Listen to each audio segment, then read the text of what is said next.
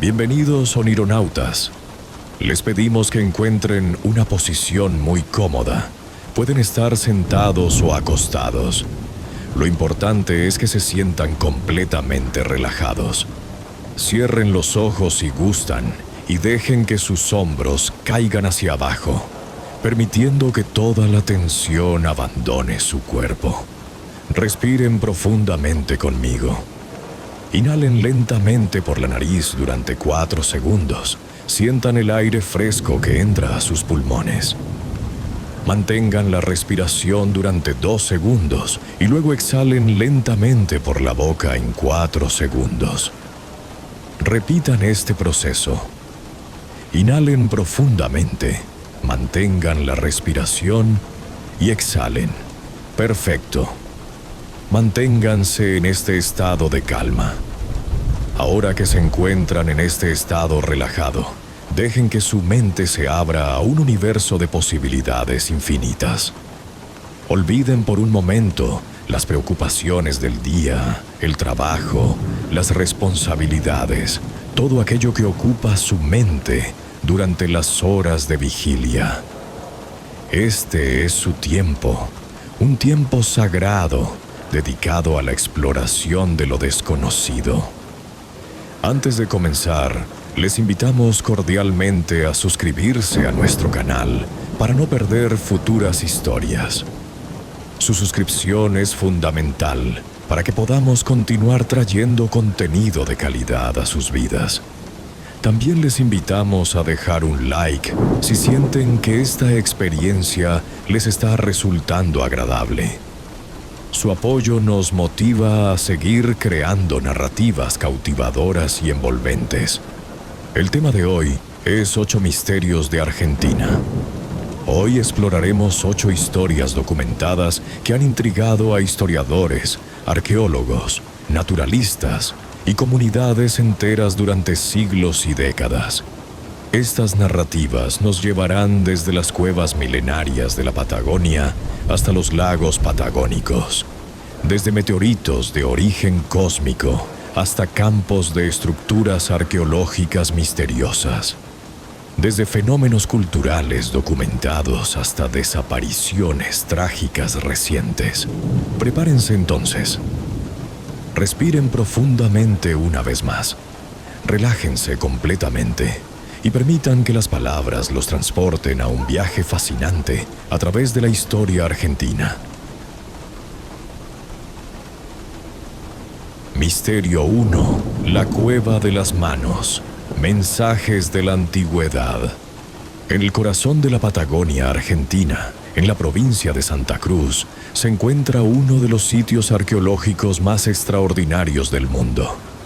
La Cueva de las Manos, ubicada en el cañadón del río Pinturas, a más de 100 metros sobre el nivel del río. Esta caverna contiene murales de arte rupestre que datan de hace aproximadamente 13.000 años. La cueva es un refugio natural de 24 metros de profundidad y 15 metros de ancho en su sección más amplia. El sitio arqueológico se extiende a lo largo de varios kilómetros de pared rocosa, pero el área de concentración principal abarca aproximadamente 600 metros lineales. Lo extraordinario de este lugar es la profusión de manos pintadas, principalmente de color rojo ocre, blanco, negro, amarillo y ocasionalmente verde. Los arqueólogos han catalogado más de 829 impresiones de manos individuales en estudios sistemáticos realizados desde la década de 1970. Cada una representando un ser humano distinto. Un acto de identidad personal realizado milenios antes de la invención de la escritura. La mayoría de las manos corresponden a manos izquierdas, lo que sugiere que los artistas sostenían el tubo soplador con la mano derecha, mientras colocaban la izquierda contra la roca. Los análisis detallados han revelado que las proporciones de las manos varían considerablemente, incluyendo manos de adultos, adolescentes y niños pequeños, algunos con dedos que apenas alcanzan los 5 centímetros de longitud. Las manos fueron creadas mediante la técnica del negativo. El artista colocaba su mano contra la pared rocosa y soplaba pigmento alrededor usando un tubo hueco de hueso o caña, dejando una silueta perfectamente delineada. Los pigmentos fueron preparados moliendo minerales, óxidos de hierro para rojos y amarillos, óxidos de manganeso para negros y caolín para blancos. Estos minerales se mezclaban con aglutinantes orgánicos como grasa animal o resinas vegetales. La consistencia de esta técnica a lo largo de miles de años sugiere una tradición cultural con significado ceremonial. Junto a las manos hay un repertorio visual extraordinariamente rico. Figuras geométricas incluyendo círculos concéntricos, líneas serpenteantes, patrones en zigzag y espirales, representaciones naturalistas de guanacos en diversas posturas de movimiento que capturan con precisión notable la anatomía del animal. Ñandúes o avestruces patagónicos representados en plena carrera, felinos que podrían ser pumas, y figuras abstractas cuya significación permanece enigmática para los investigadores contemporáneos. Las escenas de caza son particularmente notables, mostrando grupos de guanacos siendo acorralados por cazadores, algunos atravesados por proyectiles, documentando visualmente las técnicas de caza cooperativa. Algunas paredes muestran complejos palimpsestos donde las nuevas imágenes fueron superpuestas deliberadamente sobre las antiguas, creando capas de significado temporal. Esta superposición sugiere múltiples ocupaciones del sitio separadas por siglos, o alternativamente, una práctica ritual continua durante períodos extendidos, donde cada generación añadía su propia marca al santuario ancestral, manteniendo viva una tradición que conectaba el presente con un pasado inmemorial.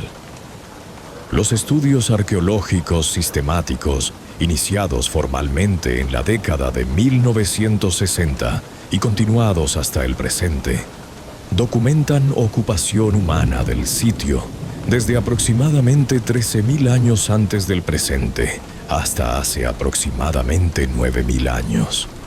Aunque algunas evidencias sugieren visitas esporádicas, incluso más recientes.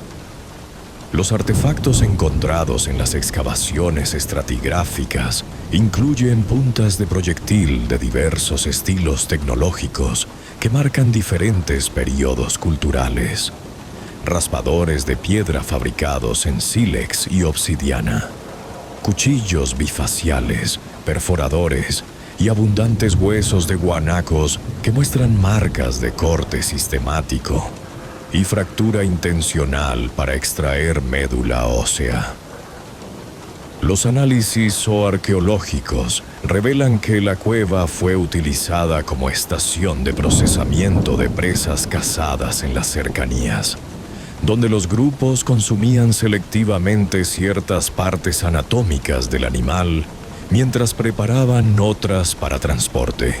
Sin embargo, la notable ausencia de evidencia de residencia prolongada, como áreas de combustión extensivas, acumulaciones de desechos domésticos o herramientas relacionadas con actividades cotidianas como procesamiento de cueros o manufactura de vestimenta, sugiere fuertemente que el sitio funcionaba primariamente como santuario ritual, un lugar sagrado donde los cazadores-recolectores documentaban su identidad individual y colectiva, marcaban eventos significativos del ciclo vital y renovaban su relación simbólica con el mundo espiritual y con los animales de los cuales dependía su supervivencia. La ubicación del sitio tampoco es casual. Situada en altura sobre el valle del río, la cueva ofrece vistas panorámicas del territorio circundante, permitiendo observar los movimientos de manadas de guanacos a considerable distancia.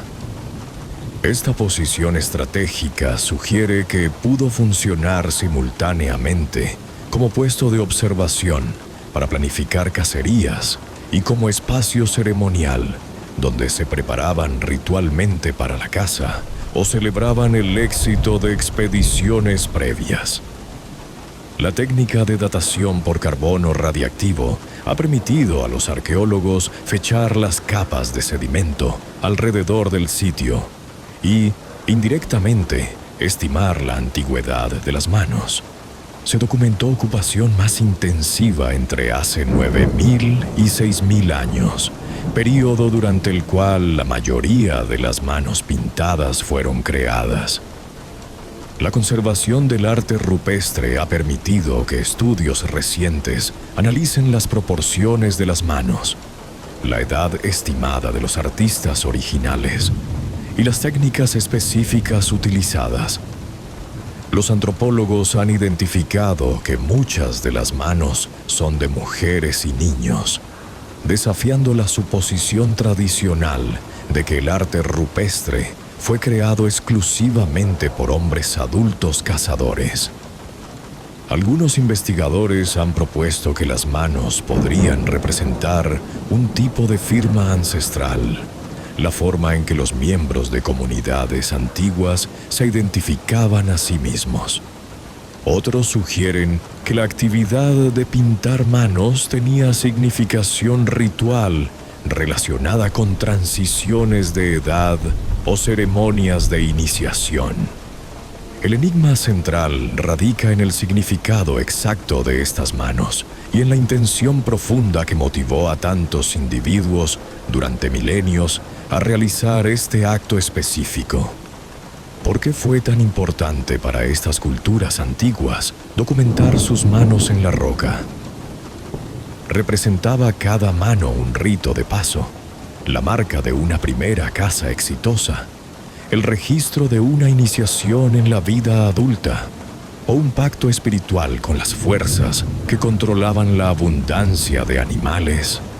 ¿Qué significado espiritual o social tenía este acto en el contexto de sus cosmovisiones? ¿Era la mano un símbolo de capacidad transformadora? El instrumento que permite al ser humano modificar el mundo, cazar, crear, construir, o representaba la conexión íntima entre el individuo y la roca sagrada, dejando una parte de la esencia personal impregnada en la piedra para la eternidad. La pregunta de cómo fue transmitida esta tradición específica de generación en generación durante aproximadamente 4.000 años, sin alteraciones técnicas significativas, plantea interrogantes profundos sobre los mecanismos de transmisión cultural en sociedades sin escritura. ¿Existían maestros rituales encargados de enseñar la técnica correcta del soplado de pigmento? Se realizaban ceremonias colectivas donde los jóvenes observaban a los adultos antes de realizar su propia marca. ¿Qué historias orales acompañaban el acto de crear una mano? ¿Qué relatos míticos explicaban el origen de esta práctica? La Cueva de las Manos permanece como palimpsesto extraordinario de identidad humana, una galería ancestral donde individuos del Pleistoceno tardío y del Holoceno temprano dejaron evidencia tangible de que habían existido, de que habían tocado conscientemente la roca, de que habían participado en una tradición que conectaba el mundo de los vivos con el mundo de los ancestros. Una tradición que perduró más tiempo que muchas civilizaciones históricas completas. Cada mano es a la vez un documento, un testimonio, una pregunta lanzada a través del abismo del tiempo, esperando que nosotros, sus descendientes remotos, intentemos comprender su mensaje. Misterio 2. El Nahuelito, el monstruo del lago Nahuel Huapi. En los lagos profundos y glaciales de la región andina de Patagonia, donde las aguas color esmeralda reflejan picos nevados y bosques centenarios, descienden hasta las orillas rocosas, particularmente en el lago Nahuel Huapi, en la provincia de Río Negro. Existe una tradición persistente de reportes documentados sobre una criatura misteriosa conocida localmente como Nahuelito.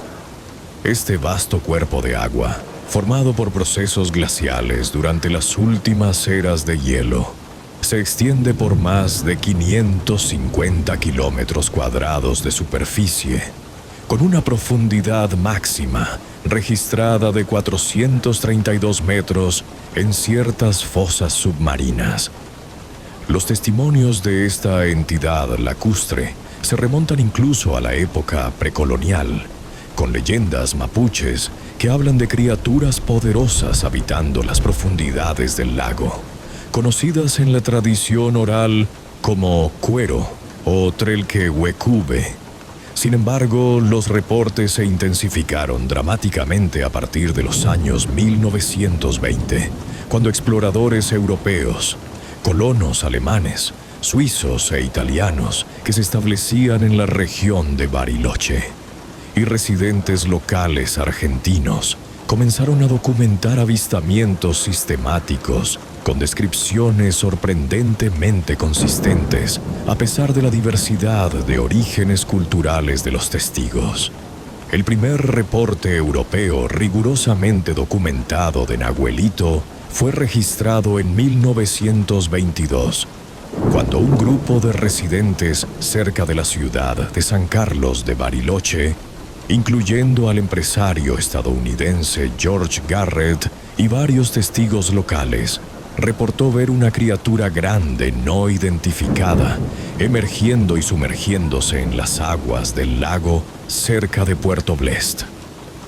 Los reportes describían una entidad con características diversas pero recurrentes. Algunas descripciones mencionaban un cuello largo y flexible, tipo serpiente, o cuello de cisne que se elevaba entre 2 y 4 metros sobre la superficie del agua. Otras sugerían un cuerpo voluminoso, tipo ballena o pez grande, con joroba prominente visible sobre las olas. Y algunas reportaban propulsión acuática mediante movimientos ondulantes verticales que creaban perturbaciones distintivas en la superficie. En los años 30, los reportes aumentaron significativamente. En 1934, el periódico Río Negro publicó artículos extensos sobre avistamientos, recogiendo testimonios de testigos identificables. El más notable fue el reporte de 1932, cuando una entidad fue observada durante 3 horas por múltiples testigos desde la orilla cerca del Lao Yao. Los testigos describieron un objeto oscuro con forma cilíndrica de 7 a 10 metros de longitud. En 1938, el naturalista alemán Plinius Moeller, un observador entrenado y respetado de fauna sudamericana, quien había realizado expediciones científicas en diversos ecosistemas del continente, reportó haber visto personalmente a Nahuelito durante una expedición de catalogación de aves acuáticas.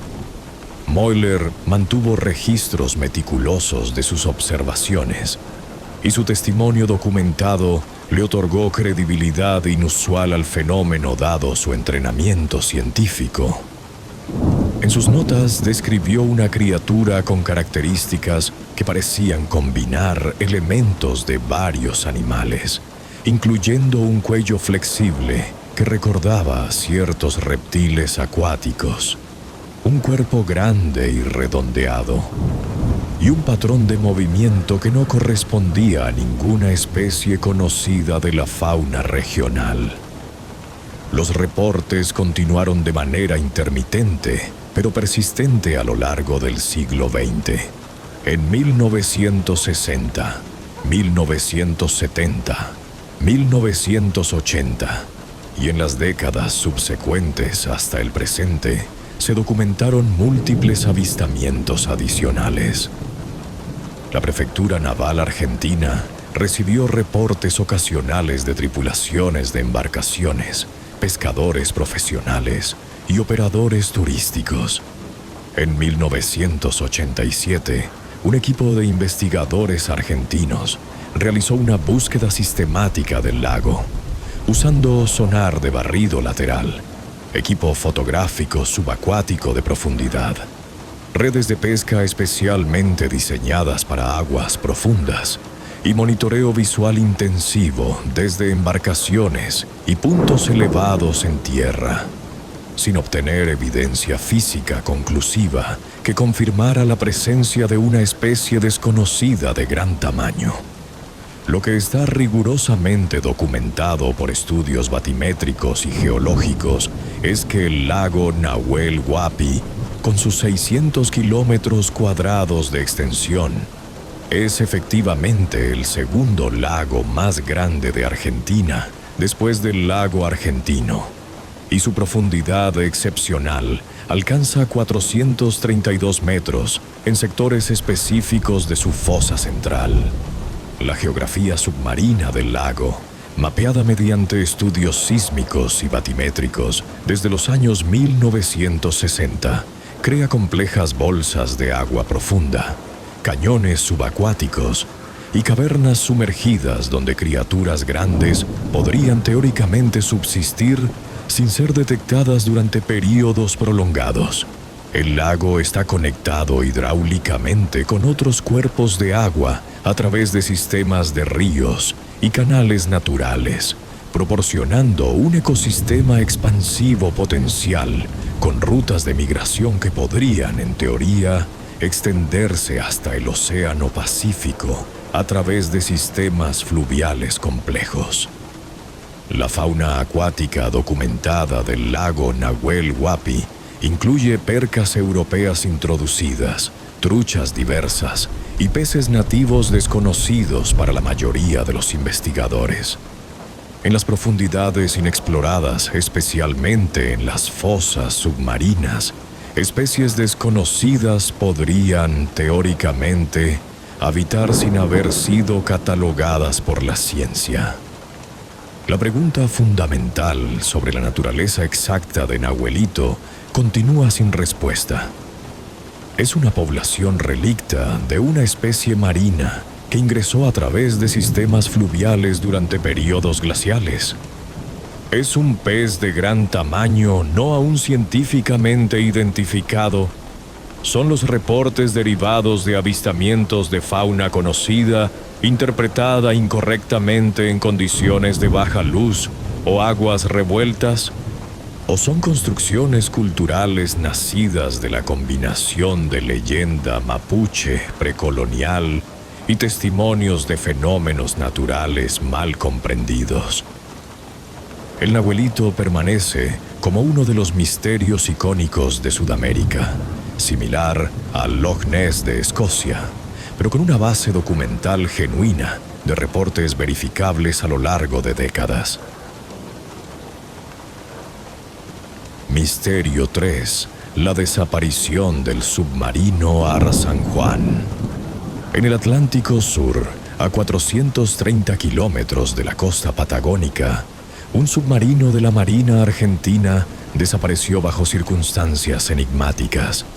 El 15 de noviembre de 2017, el Ara San Juan, un submarino diésel eléctrico construido en Alemania en 1983, con 66 metros de eslora, se sumergió en una navegación de patrullaje desde Mar del Plata hacia Ushuaia. El submarino transportaba 44 personas, incluyendo a la oficial Eliana María Krauchik, la primera mujer argentina en servir en un submarino en misión operacional. El comandante era el capitán Pedro Martín Fernández, con más de 20 años de servicio. El submarino había partido de su puerto base en Mar del Plata el día lunes 13 de noviembre de 2017, cumpliendo órdenes de realizar una patrulla de soberanía estratégica en aguas del Atlántico Sur. Una operación rutinaria del tipo que submarinos argentinos realizan regularmente para mantener presencia militar en zonas de interés nacional relacionadas con reclamos territoriales, particularmente en el área de las Islas Malvinas y la extensa zona económica exclusiva que Argentina reclama en el Atlántico Sur. Durante el viaje, navegando en modo de inmersión somera aproximadamente el día miércoles 15 de noviembre, la tripulación reportó mediante comunicación radial HF de alta frecuencia un incidente técnico preocupante, pero aparentemente manejable. Un ingreso significativo de agua de mar a través del tubo de ventilación tipo snorkel, el conducto que permite que los motores diésel del submarino respiren aire atmosférico y recarguen las baterías mientras el submarino navega cerca de la superficie sin necesidad de emerger completamente. Este tipo de ingreso de agua, aunque potencialmente serio, no era necesariamente catastrófico si se manejaba correctamente con los protocolos establecidos. El comandante Fernández reportó que la tripulación había implementado procedimientos de mitigación del riesgo, incluyendo el aislamiento del compartimento afectado, el bombeo del agua ingresada mediante bombas de achique de emergencia y verificación de que el cortocircuito en el sistema eléctrico causado por el ingreso de agua salada había sido controlado. La comunicación indicaba que la situación estaba bajo control y que el submarino había modificado su ruta planificada para dirigirse más rápidamente hacia Mar del Plata, en lugar de continuar hacia Ushuaia, una decisión prudente dado el incidente técnico. La última comunicación recibida del ARA San Juan, transmitida a través de radio HF de alta frecuencia, el día jueves 17 de noviembre de 2017, a las 7:31 de la mañana, confirmó la posición aproximada del submarino y la condición estable de la tripulación. Después de eso, silencio absoluto. Ningún contacto radial posterior fue establecido. Ningún transponder de emergencia fue activado. Ninguna baliza de localización fue detectada. La Marina Argentina declaró inmediatamente máxima alerta y activó protocolos de búsqueda y rescate submarino internacionales, solicitando asistencia urgente a través de canales diplomáticos y militares bilaterales y multilaterales.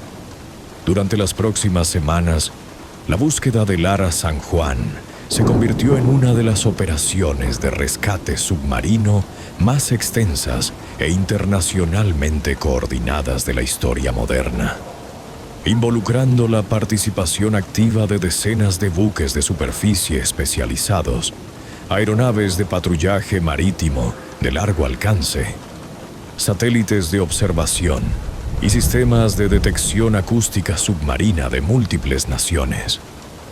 Países que desplegaron recursos incluyeron Estados Unidos, Reino Unido, Rusia, Chile, Brasil, Uruguay, Noruega, Francia y Alemania. La operación cubrió aproximadamente 480.000 kilómetros cuadrados en condiciones oceánicas desafiantes. Durante las primeras semanas de búsqueda intensiva, que se extendieron desde noviembre de 2017 hasta enero de 2018, no se encontró evidencia visible del submarino. La búsqueda formal fue oficialmente suspendida después de semanas de esfuerzos continuos sin resultados, aunque la esperanza de las familias y la determinación de continuar la búsqueda permanecieron intensas. El caso generó cobertura mediática internacional masiva y movilizaciones públicas en Argentina, exigiendo respuestas y continuación de los esfuerzos de localización. Un año después de la desaparición, en noviembre de 2018, un vehículo autónomo submarino AV, operado por la compañía estadounidense Ocean Infinity, una empresa especializada en exploración submarina profunda que había sido contratada por el gobierno argentino para reiniciar la búsqueda con tecnología de punta. Detectó finalmente un objeto metálico grande en el fondo del océano, a una profundidad extrema de 962 metros, muy por debajo de los límites de inmersión operacional segura del ARA San Juan, pero dentro del rango de exploración de los vehículos robotizados de profundidad. Las primeras fotografías subacuáticas de alta resolución, capturadas por los sistemas de cámaras de la AV, revelaron lo que parecía ser el perfil distintivo del casco del submarino San Juan. Las búsquedas posteriores del sitio, realizadas mediante múltiples inmersiones de vehículos robotizados equipados con iluminación artificial potente, cámaras de video de alta definición y sistemas de mapeo tridimensional por sonar, proporcionaron confirmación definitiva. Era efectivamente el ARA San Juan, pero en estado de destrucción masiva, con evidencia visual inconfundible de implosión catastrófica. El casco estaba fracturado en múltiples secciones dispersadas en un área de 70 metros de diámetro. La torre de mando estaba separada del casco principal. Las imágenes revelaban deformación extrema del acero, con secciones aplastadas hacia adentro, indicando presión externa masiva, consistente con colapso estructural. El Sistema Internacional de Monitoreo había registrado explosiones acústicas significativas el 17 de noviembre a las 10 horas 51 minutos, aproximadamente 3 horas después de la última comunicación. El análisis de señales acústicas era consistente con implosión del casco, seguida de explosiones secundarias de baterías y tanques de oxígeno. Los análisis de ingeniería naval concluyeron que una cadena compleja de fallas sistémicas, deficiencias de mantenimiento y errores de procedimiento culminó en la pérdida catastrófica del casco. El reporte oficial identificó que procedimientos críticos de mantenimiento no fueron adheridos, que el submarino operaba más allá de su vida útil sin renovaciones adecuadas y que sistemas eléctricos presentaban vulnerabilidades conocidas. El submarino había sido modernizado entre 2008 y 2014, pero persistieron problemas técnicos. Sin embargo, la secuencia exacta de eventos en las 3 horas finales permanece especulativa. Las preguntas fundamentales sobre lo que sucedió en esas 3 horas y 20 minutos finales continúan sin respuestas definitivas. Fue la falla iniciada directamente por el ingreso de agua del snorkel documentado en la comunicación del 15 de noviembre, creando un cortocircuito eléctrico que progresó descontroladamente. ¿O hubo un segundo evento independiente, quizás una falla estructural del casco en una sección debilitada por corrosión no detectada? ¿Cuándo exactamente comenzó la pérdida irreversible de integridad? ¿Hubo una ventana de oportunidad, quizás minutos o incluso horas, para que la tripulación implementara procedimientos de emergencia de superficie forzada, evacuación de compartimentos inundados o activación de boyas de localización que podrían haber retrasado o prevenido el colapso final? ¿Por qué no se activó ningún sistema de alerta de emergencia, ninguna baliza de localización, ninguna comunicación adicional? Sucedió todo tan rápido que la tripulación no tuvo oportunidad de responder. ¿O fueron los sistemas de comunicaciones de emergencia, afectados por el cortocircuito eléctrico, de tal manera que la tripulación, aunque consciente del peligro, no pudo enviar señales de auxilio. El Lara San Juan permanece como un recordatorio sombrío de los riesgos inherentes en navegación submarina, donde marinos operan en un ambiente hostil extremo que no perdona errores de ingeniería, fallas de mantenimiento o decisiones operacionales inadecuadas. La tragedia del San Juan es también un caso documentado de cómo la tecnología, el procedimiento administrativo, las presiones presupuestarias de Fuerzas Armadas en países en desarrollo y el factor humano interactuaban de maneras complejas que culminaron en catástrofe, dejando 44 familias devastadas y una nación en duelo. Los restos del Lara San Juan permanecen en el fondo del Atlántico Sur, a casi 1000 metros de profundidad. Un monumento submarino inaccesible a los 44 marinos que perdieron sus vidas en servicio a su país. Misterio 4. Las ruinas de Quilmes, ciudadela precolombina en las nubes.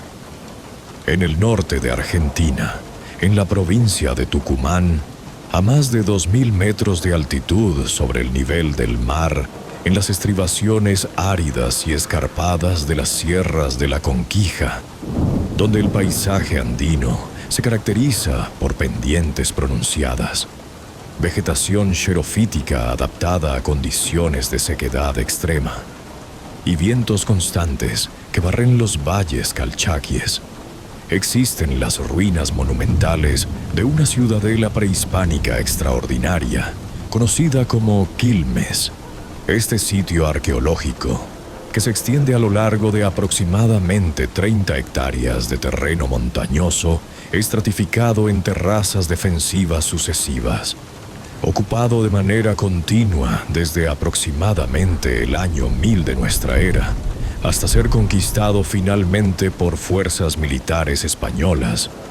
En 1666, después de décadas de resistencia extraordinariamente tenaz, representa una de las últimas y más significativas resistencias indígenas documentadas contra la colonización europea en lo que es hoy territorio argentino. Quilmes fue construido, habitado y defendido por la etnia Quilmes, un pueblo originario de filiación lingüística calchaquí que desarrolló una civilización altamente organizada, tecnológicamente sofisticada y militarmente formidable en las punas, valles intermontaños y quebradas de lo que es hoy el noroeste argentino, particularmente en las provincias de Tucumán, Catamarca y Salta. La ciudad está posicionada estratégicamente en un cerro escarpado que domina visual y tácticamente el Valle Calchaquí, proporcionando ventajas defensivas masivas contra invasores potenciales. La arquitectura del sitio incluye muros defensivos perimetrales masivos, construidos con piedra sin mortero, en técnica de pirca, múltiples líneas de fortificaciones concéntricas, terrazas agrícolas excavadas en las pendientes para cultivación de maíz, quinoa y calabaza, canales de irrigación sofisticados que captaban agua de vertientes estacionales en las montañas circundantes, y estructuras residenciales organizadas en patrones complejos que sugieren planificación urbana sofisticada, con diferenciación de clases sociales, áreas ceremoniales y espacios públicos. Los arqueólogos documentan ocupación continua desde aproximadamente el año 1000 de nuestra era. La población alcanzó entre 3.000 y 5.000 habitantes en su periodo de máxima extensión, convirtiendo a Quilmes en una de las ciudades prehispánicas más grandes de Argentina. Los artefactos encontrados incluyen cerámica elaborada con decoraciones geométricas, herramientas de piedra y metal, joyas de plata y cobre, textiles conservados y evidencia de una economía compleja basada en agricultura andina, ganadería de llamas y alpacas, y comercio regional extenso. En 1632, fuerzas españolas bajo el mando del capitán Nicolás Carrizo sitiaron Quilmes.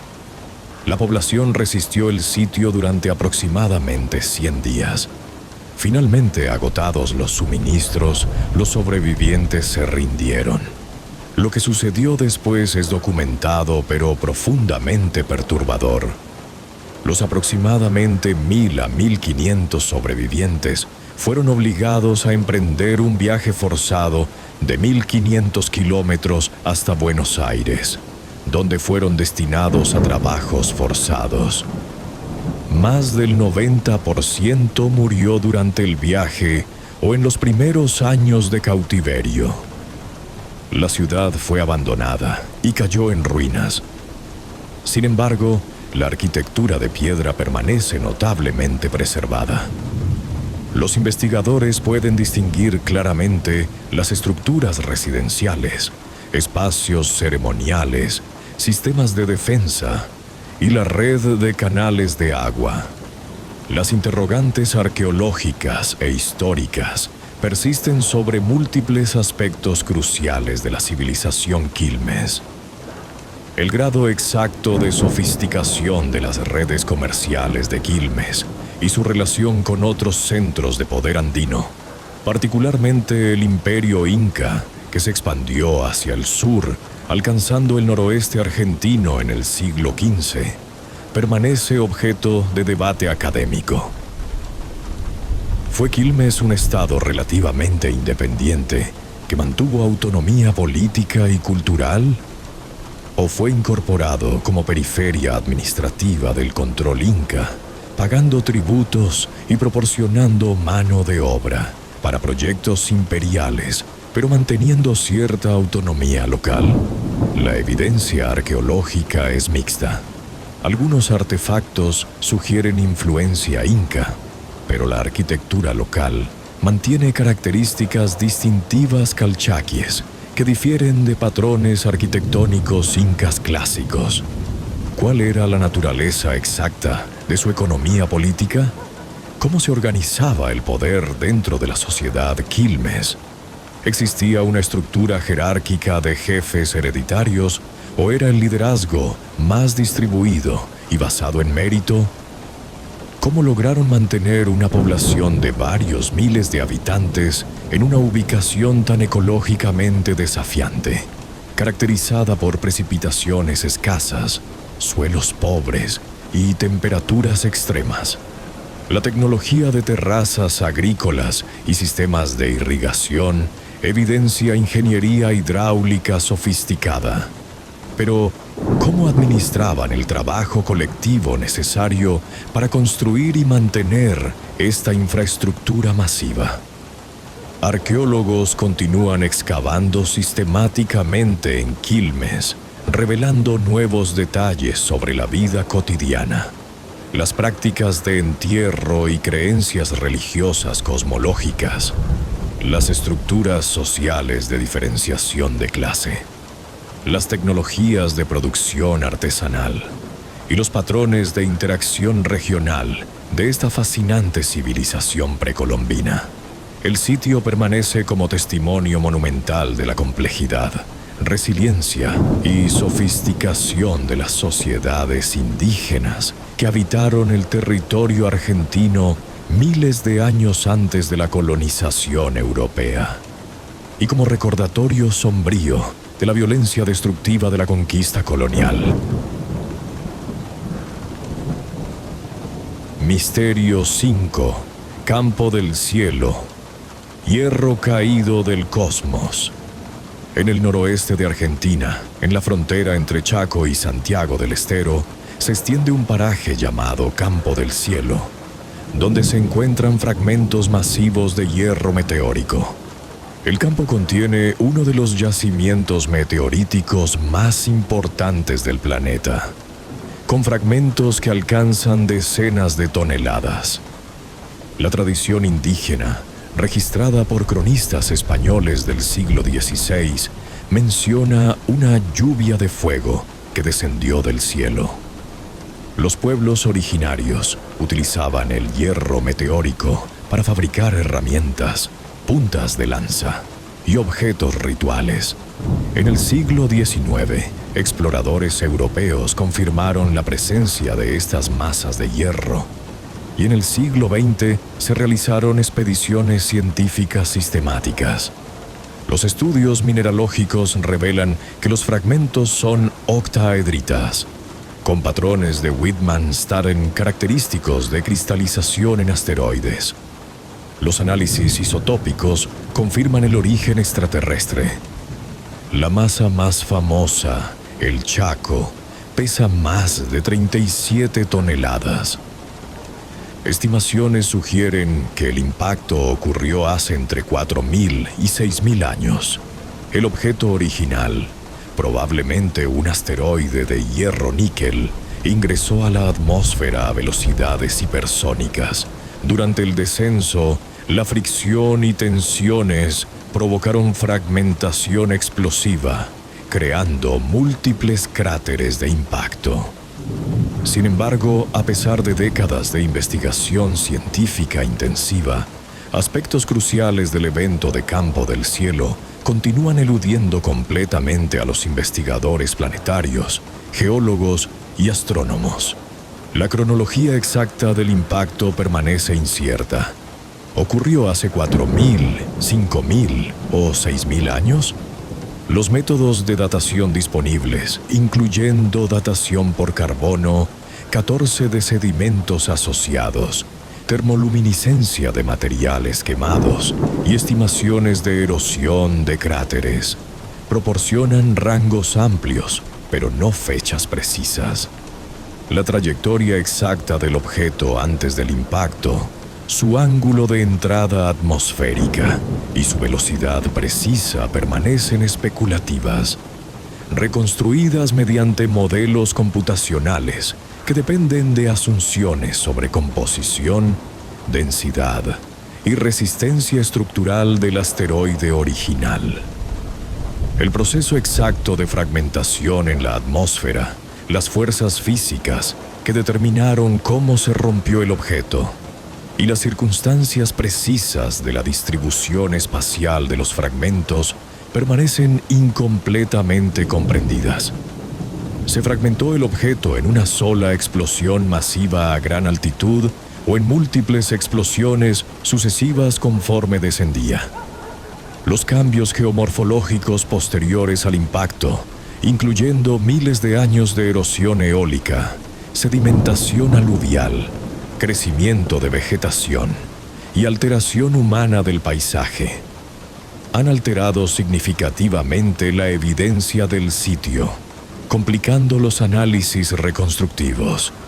Muchos cráteres pequeños fueron rellenados naturalmente o han sido nivelados por actividades agrícolas modernas. Las preguntas sobre la interacción de los pueblos originarios con el evento permanecen fascinantes, pero parcialmente sin resolver. ¿Fueron poblaciones humanas testigos presenciales directos del impacto hace 4 a 6.000 años? Dado que cazadores-recolectores habitaban la región en ese período, es perfectamente plausible que humanos observaran la entrada atmosférica del meteorito. Una bola de fuego luminosa cruzando el cielo diurno o nocturno, seguida de explosiones sónicas atronadoras, ondas de choque que derribaron árboles, e impactos múltiples que crearon cráteres y dispararon fragmentos incandescentes. Fue este evento traumático preservado en tradiciones orales que se transmitieron durante miles de años hasta ser registradas por cronistas españoles en el siglo XVI. ¿Cómo interpretaron cultural y religiosamente este fenómeno celestial catastrófico? ¿Cómo interactuaron exactamente con el sitio inmediatamente después del impacto? ¿Recolectaron hierro meteórico caliente recién caído o esperaron generaciones hasta que se enfrió completamente? cómo desarrollaron las tecnologías para trabajar el hierro meteórico mediante martillado en frío, dado que carecen de hornos capaces de fundir hierro. ¿Qué significado simbólico, religioso o cosmológico atribuyeron a este metal caído del cielo, un material que no existía en ninguna otra parte de su mundo conocido? El campo del cielo permanece como ventana fascinante hacia la interacción entre fenómenos cósmicos violentos y culturas humanas ancestrales. Un recordatorio tangible de que la Tierra orbita a través de un cosmos dinámico lleno de objetos potencialmente peligrosos. Misterio 6. La difunta correa. Fenómeno de devoción popular documentado. En la provincia de San Juan, en el oeste árido y montañoso de Argentina, donde la cordillera de los Andes se eleva abruptamente desde valles desérticos, caracterizados por temperaturas extremas, precipitaciones escasísimas y paisajes rocosos semiáridos, a lo largo de la ruta nacional número 9, que conecta a San Juan con La Rioja, atravesando kilómetros de soledad absoluta.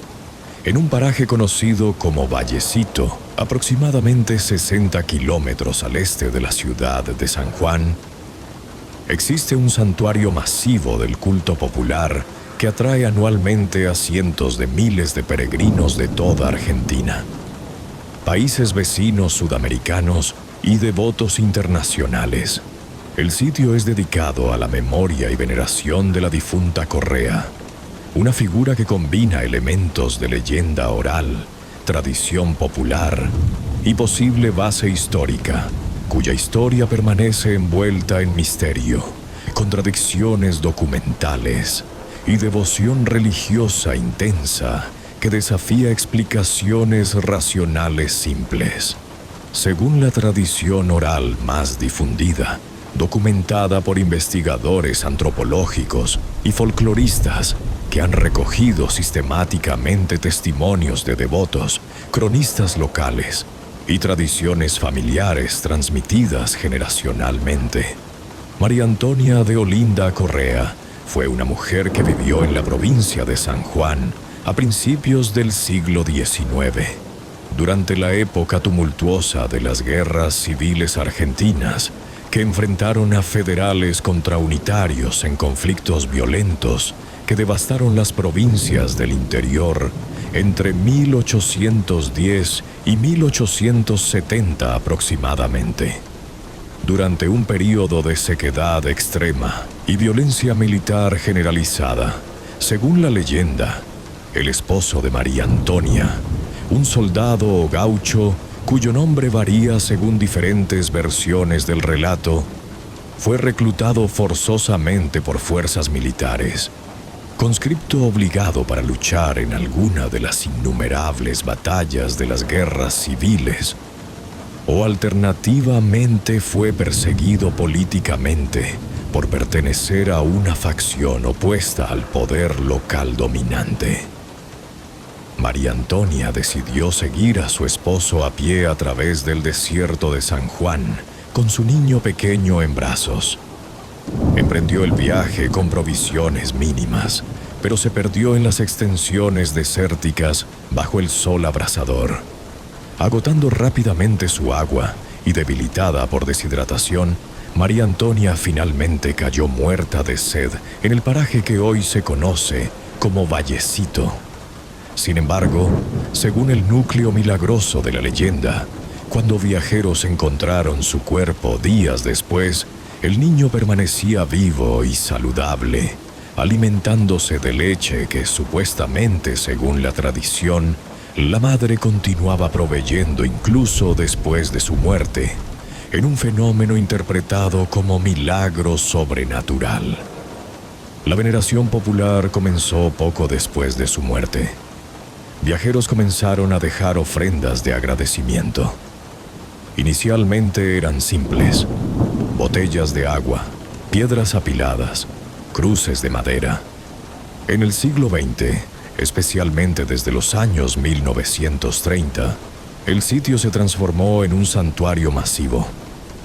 La veneración nunca fue autorizada por la Iglesia Católica, permaneciendo como culto de religiosidad popular. El sitio de Vallecito desarrolló capillas, altares y miles de botellas de agua dejadas como ofrendas.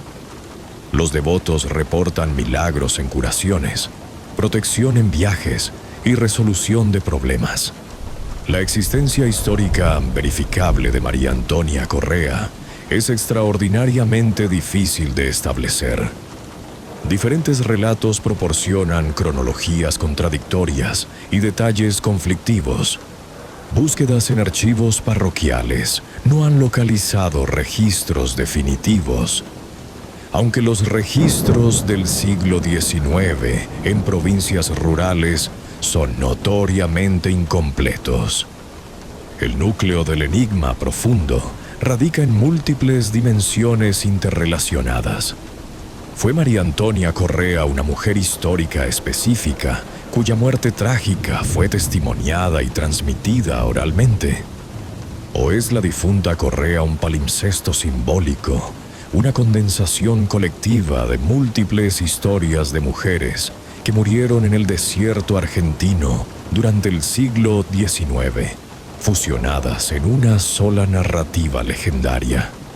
Las guerras civiles del siglo XIX provocaron desplazamientos masivos de poblaciones, reclutamientos forzados y tragedias innumerables.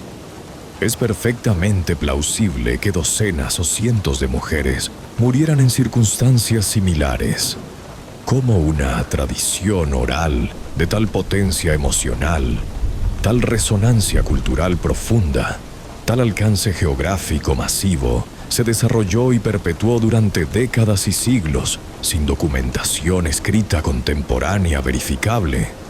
¿Qué necesidades psicológicas, sociales o espirituales satisface el culto a la difunta Correa para millones de devotos? ¿Por qué el culto a la difunta Correa se convirtió en tal fenómeno de masas, atrayendo millones de peregrinos y generando devoción intensa comparable o superior a santuarios católicos oficiales de santos canonizados? Antropólogos de la religión proponen que la difunta Correa representa arquetipos culturales profundos. La madre sacrificial que muere protegiendo a su hijo, el sufrimiento injusto de los pobres durante conflictos políticos, la resiliencia femenina en contextos de violencia masculina y la justicia divina que premia el sacrificio materno con poder milagroso póstumo. El fenómeno de la difunta Correa permanece como enigma sociológico, antropológico, histórico y religioso fascinante. Una devoción popular tan profunda que millones la experimentan como real y espiritualmente transformadora, aunque su base histórica factual permanece difusa, contradictoria y fundamentalmente inaccesible a verificación documental rigurosa. Misterio 7. Los geoglifos de la Puna, figuras terrestres milenarias. En las altitudes extremas de la Puna argentina, entre 3.500 y 4.500 metros sobre el nivel del mar en Jujuy y Salta, existen cientos de figuras geométricas monumentales talladas en el terreno.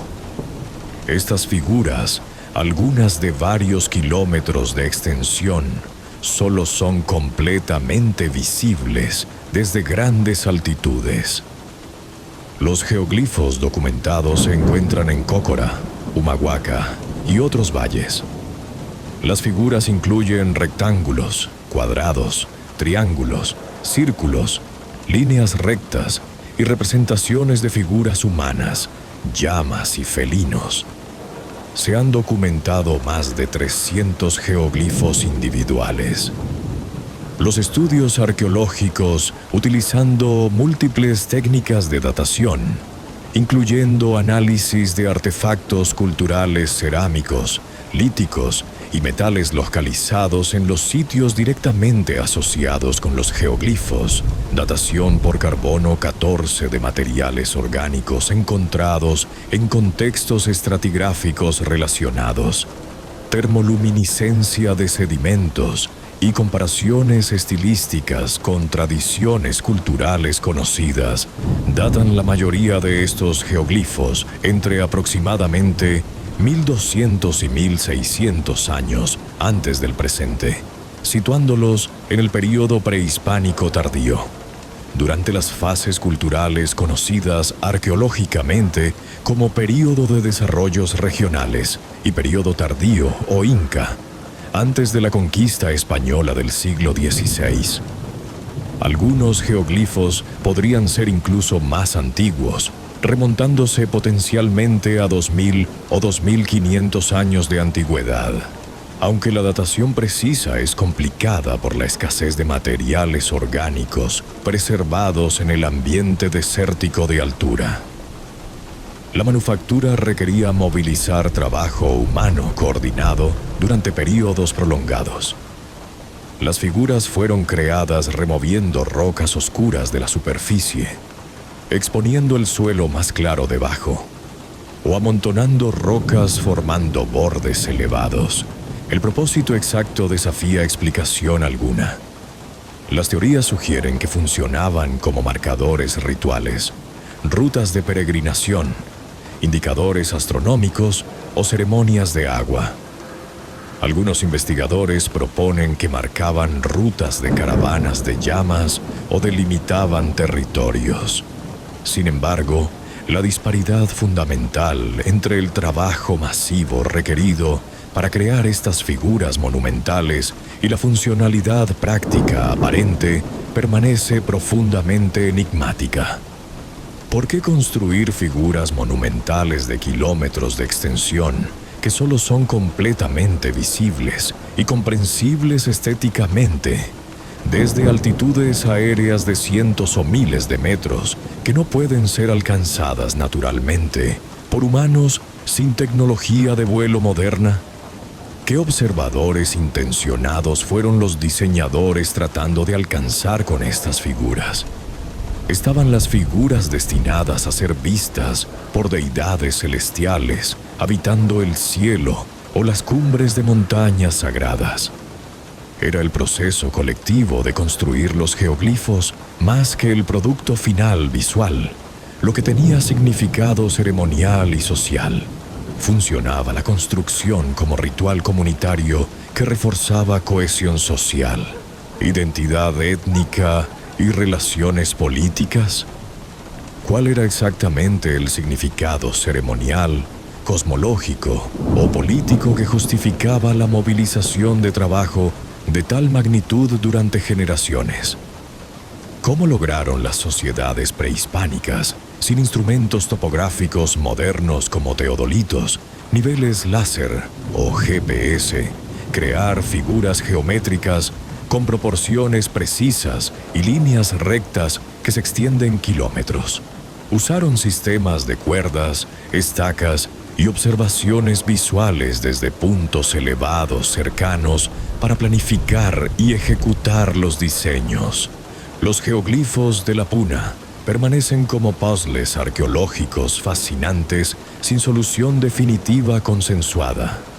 Silenciosas figuras monumentales grabadas en la tierra árida que guardan secretos profundos de civilizaciones precolombinas, sus cosmologías complejas, sus organizaciones sociales sofisticadas y sus relaciones espirituales con los paisajes extremos de la Puna andina. Misterio 8. Los menhires de Tafí del Valle, gigantes de piedra prehistóricos. En los valles de altura de la provincia de Tucumán, a 2000 metros sobre el nivel del mar, en un paisaje andino caracterizado por praderas verdes rodeadas de montañas escarpadas y cielos cristalinos, se encuentra uno de los conjuntos megalíticos más enigmáticos de Sudamérica, los menhires de Tafí del Valle. Estos monumentos de piedra tallada algunos alcanzando 3 metros de altura y pesando varias toneladas. Fueron erigidos por culturas precolombinas hace aproximadamente 2000 años, entre el año 300 a.C. y el año 800 de nuestra era, durante lo que los arqueólogos denominan el período de la cultura tafí. Los menhires son monolitos verticales tallados en granito y otras piedras duras locales con formas antropomorfas estilizadas que sugieren figuras humanas altamente abstractas. Muchos presentan rostros esquemáticos con ojos almendrados profundamente grabados, narices prominentes y bocas simples, junto con diseños geométricos complejos, incluyendo líneas onduladas, círculos concéntricos, espirales y patrones en zigzag cuyo significado permanece completamente desconocido para los investigadores contemporáneos. Algunos menhires muestran decoración en relieve que representa lo que podrían ser ornamentos corporales, tocados ceremoniales o símbolos de estatus social, sugiriendo que estas piedras no eran meramente marcadores geográficos, sino representaciones simbólicas cargadas de significado cultural y posiblemente religioso. Originalmente, los arqueólogos estiman que existieron entre 120 y 150 menhires distribuidos a lo largo del valle de Tafí en agrupaciones específicas que formaban conjuntos ceremoniales. Sin embargo, durante el siglo XIX y principios del siglo XX, muchos de estos monumentos fueron removidos de sus ubicaciones originales por colonos y hacendados que los utilizaron como material de construcción para cercas, cimientos de edificios, o simplemente los trasladaron porque ocupaban tierras agrícolas valiosas. Esta destrucción cultural sistemática dispersó los menhires, haciendo extremadamente difícil para los arqueólogos modernos reconstruir sus patrones de distribución originales y comprender las relaciones espaciales entre los diferentes conjuntos monumentales. En 1968, el gobierno de Tucumán estableció el Parque de los Menhires, un sitio de preservación donde fueron reubicados aproximadamente 130 menhires rescatados de diversas localidades del valle. Aunque esta concentración artificial permite a visitantes e investigadores observar múltiples ejemplares juntos, los arqueólogos reconocen que la reubicación destruyó información contextual invaluable sobre las posiciones astronómicas originales, las orientaciones ceremoniales y las relaciones espaciales que estos monumentos tenían con características geográficas del paisaje, como montañas sagradas, cursos de agua o puntos de observación celeste. Los estudios arqueológicos sistemáticos, intensificados desde los años 1970, han revelado que los menhires fueron tallados usando técnicas de percusión y abrasión extraordinariamente laboriosas. Los artesanos prehistóricos seleccionaban bloques de granito de canteras locales, desbastaban la forma general mediante martillos de piedra más dura, y luego refinaban los detalles faciales y decorativos mediante abrasión prolongada con arena y agua. Los análisis de marcas de herramientas sugieren que un solo menhir de tamaño mediano podría haber requerido cientos o incluso miles de horas de trabajo especializado, representando una inversión masiva de esfuerzo colectivo que indica la importancia cultural extraordinaria de estos monumentos.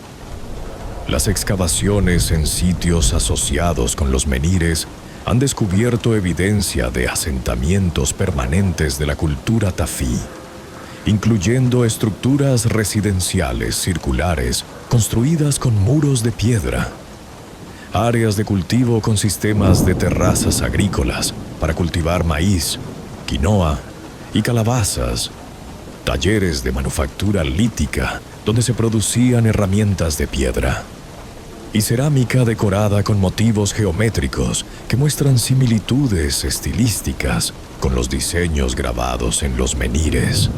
Los análisis de restos óseos humanos encontrados en contextos funerarios cercanos indican una población con dieta mixta, basada en agricultura y caza de guanacos y venados, con evidencia de prácticas rituales complejas, incluyendo entierros acompañados de ofrendas de cerámica, herramientas de piedra y ornamentos personales.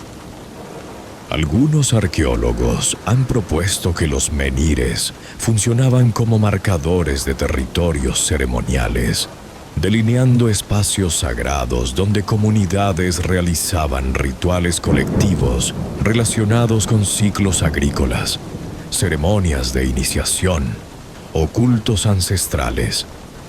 Otros investigadores sugieren que los conjuntos de menhires podrían haber servido como calendarios astronómicos, con alineaciones específicas hacia puntos del horizonte donde el Sol o ciertas constelaciones aparecían durante solsticios, equinoccios o fechas agrícolas críticas como periodos de siembra o cosecha. Sin embargo, la reubicación de los menhires durante el siglo XX hace imposible verificar estas hipótesis astronómicas mediante mediciones precisas de orientación.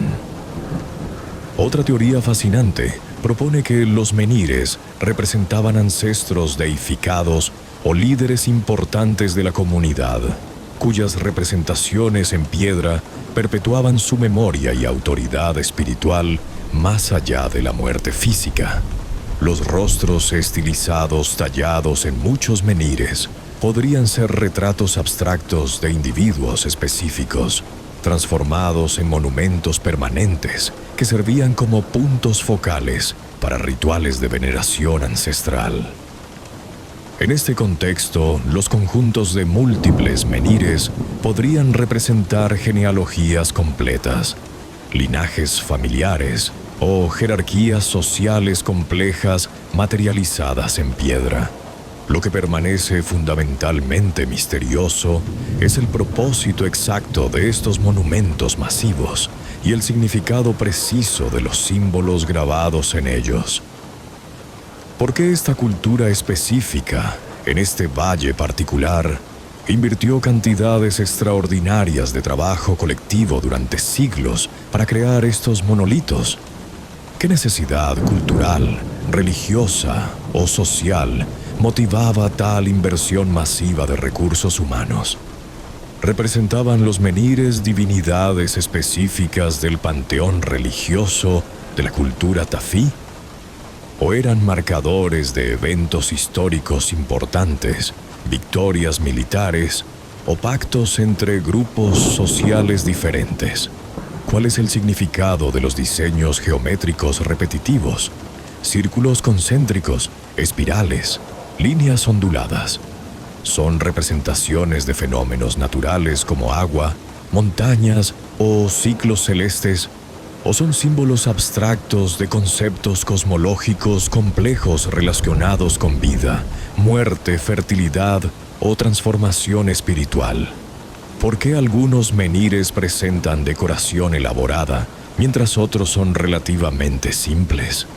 ¿Indica esto jerarquías de importancia, diferencias cronológicas en su manufactura o variaciones regionales dentro de la cultura que los creó? La pregunta de por qué la tradición de erigir menhires terminó abruptamente alrededor del año 800 de nuestra era permanece sin explicación consensuada. Colapsó la organización social que sostenía esta práctica monumental debido a cambios climáticos, conflictos internos o presión de grupos invasores. ¿O simplemente evolucionaron las prácticas religiosas hacia formas diferentes que no requerían monumentos de piedra masivos? Las evidencias arqueológicas sugieren que la cultura tafí fue eventualmente reemplazada o asimilada por otros grupos culturales andinos, pero los detalles de esta transición permanecen oscuros. Los menires de Tafí del Valle permanecen como testimonios silenciosos de una civilización sofisticada que dominó técnicas de trabajo en piedra monumentales, desarrolló sistemas simbólicos complejos y organizó sociedades capaces de proyectos colectivos masivos que requerían coordinación, especialización laboral y visión cultural a largo plazo. Estos gigantes de piedra prehistóricos continúan desafiando nuestra comprensión completa, guardando secretos de cosmologías perdidas, rituales olvidados y significados que murieron con la cultura que los creó hace más de 1200 años. Queridos onironautas, hemos viajado a través de 8 de los misterios y eventos más extraordinarios que Argentina tiene para ofrecer. Desde mensajes de manos pintadas hace 13.000 años, hasta leyendas de criaturas lacustres documentadas en época moderna. Desde meteoritos de origen cósmico hasta ruinas de civilizaciones precolombinas, desde fenómenos de devoción popular hasta monumentos megalíticos prehistóricos enigmáticos.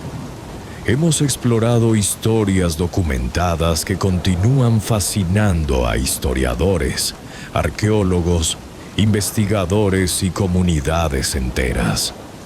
La historia de Argentina es una tapicería compleja, tejida con eventos extraordinarios, fenómenos naturales asombrosos, misterios históricos genuinos y enigmas culturales que permanecen sin resolución completa. Estos no son cuentos fantásticos, sino acontecimientos reales documentados en archivos históricos, registros arqueológicos, testimonios verificables y tradición oral que ha perdurado generaciones.